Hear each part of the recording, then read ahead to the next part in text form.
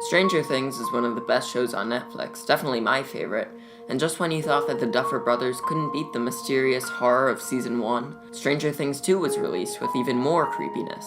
The whole series is about a boy who goes missing, a mysterious girl with special powers, an incredibly scary but cool other dimension called the Upside Down, and the astonishing repercussions that stem from all of that. And with everyone recently binging Season 2, we all can't wait for the confirmed Season 3, even though it sadly won't come out until late 2018, early 2019. But fortunately for me, there's plenty of stuff to theorize on in the first 2 seasons, and today, I'll be doing just that.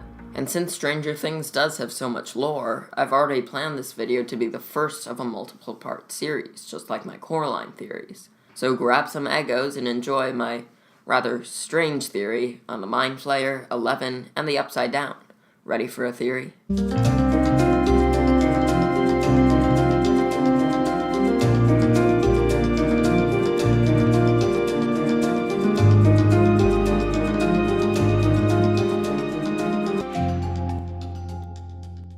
Hey everyone! As you can see, today I'm doing my first ever Stranger Things theory. There have been a ton of theories and just videos in general on the hit series, but I do believe that I have some things to add to the conversation. And there's just so much to theorize on with Stranger Things, it never ends. Think of this video as a part 1 and just kind of a groundwork layer until I publish future theories. And for this show especially, spoilers for both Season 1 and Season 2. There are tons of aspects of the plot that I could get into right now, like the Upside Down, the Mind Flayer, 11, the Demogorgon, the Demodogs, Barb, Will's possession, the lab experiments, or even the board game that seems to predict the future. Let's begin, shall we? The Upside Down itself is one of the main antagonists in both Season 1 and Season 2. It's where Will is taken and held, it's where Barb dies, and it's where the Demodogs, Demogorgon, and Mind Flayer all come from. As everyone has figured out, the Upside Down is a different dimension, one that either represents the future of Earth, or just a side dimension operating along a different timeline than our world. When Dr. Brenner put 11 back into the water tank and told her to make contact with the creature she saw, we see the creature get angry and 11 scream, immediately waking from her subconscious state. This caused an extreme amount of interdimensional energy to be used, and as a result, it opens a gate to another dimension and the whole room goes into chaos. But have you ever wondered why the gate opened to the Upside Down in particular? I mean, the creature inside of the interdimensional water room thing isn't necessarily from the Upside Down. We only really see this creature from the back, and so it's very possible that it's a different type of space alien, not just a Demogorgon, meaning that the energy reaction had nothing to do with the Upside Down. The reaction simply created a rip in dimensions, and created a gateway to the closest dimension from the one that we're in right now, this being the Upside Down. Because the amount of energy needed to even open up one slit in time is just so much, that 11's contact with the space alien creature would have only sparked enough energy to connect the Earth to the closest dimension possible, the Upside Down. So, was it just bad luck that the gateway is to a toxic, murderous dimension? Well, I don't believe that the Upside Down was always this kind of horrible place.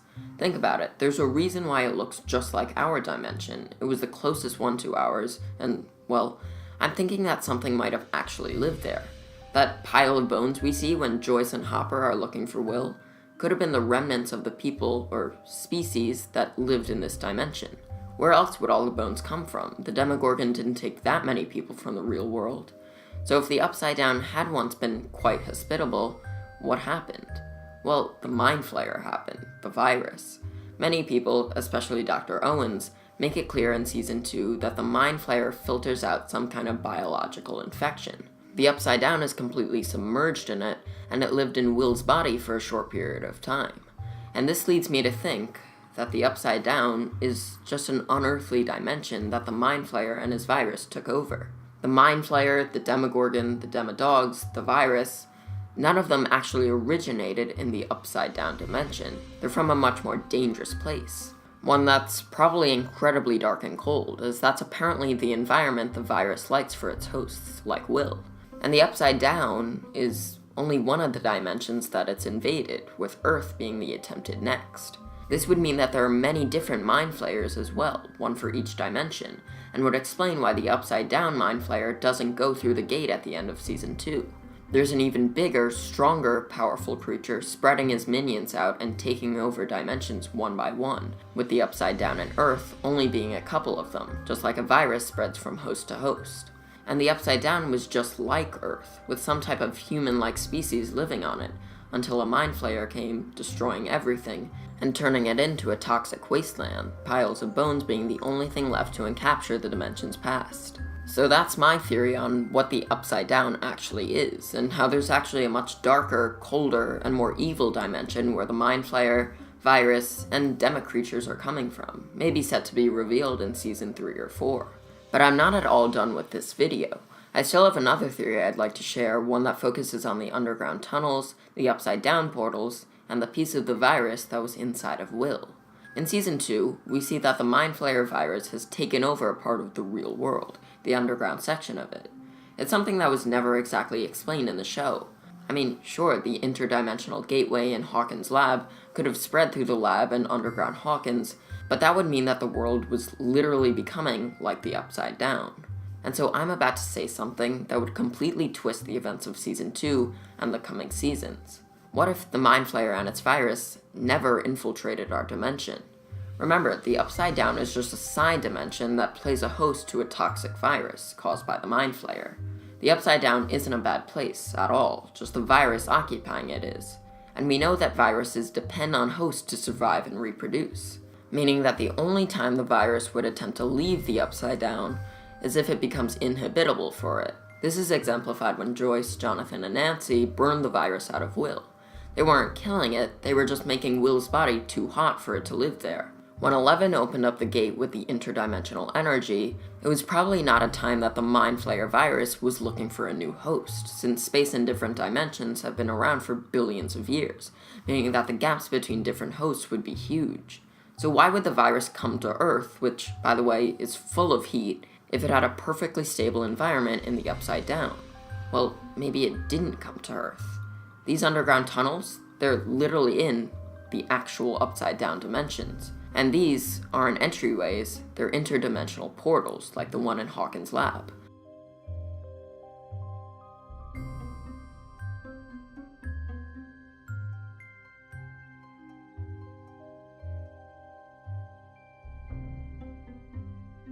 The Upside Down didn't invade the human world keeps invading the Upside Down.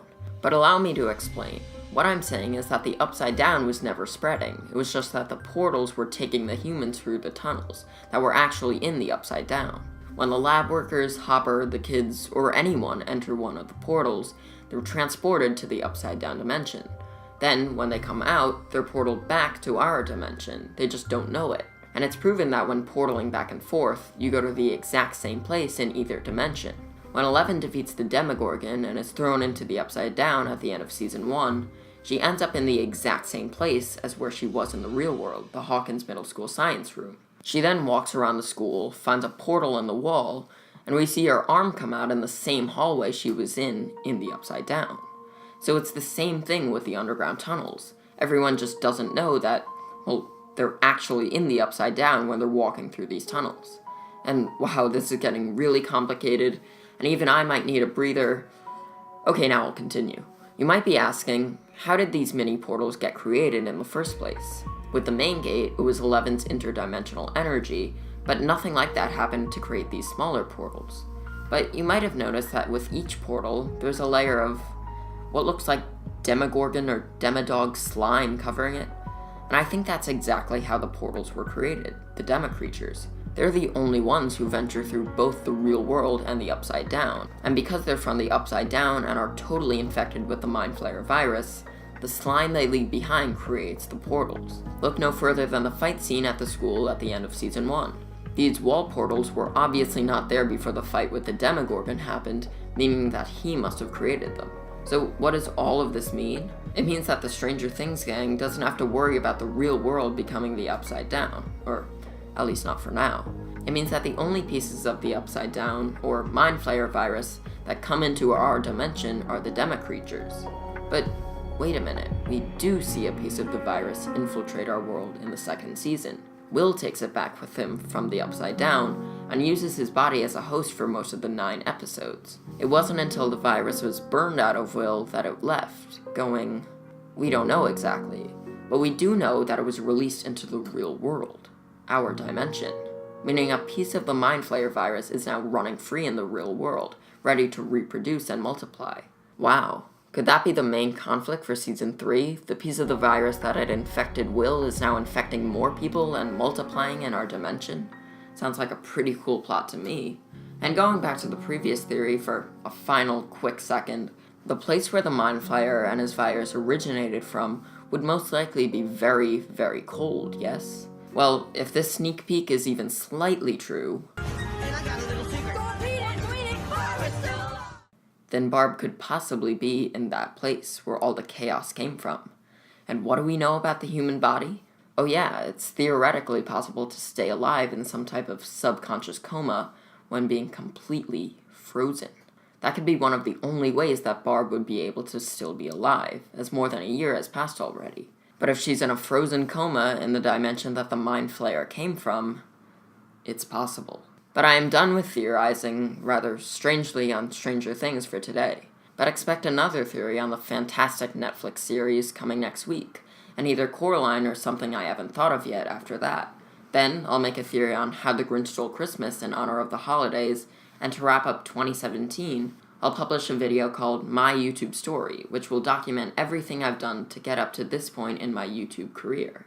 If you enjoyed the video and want more theories on Stranger Things, make sure to like, comment, and subscribe.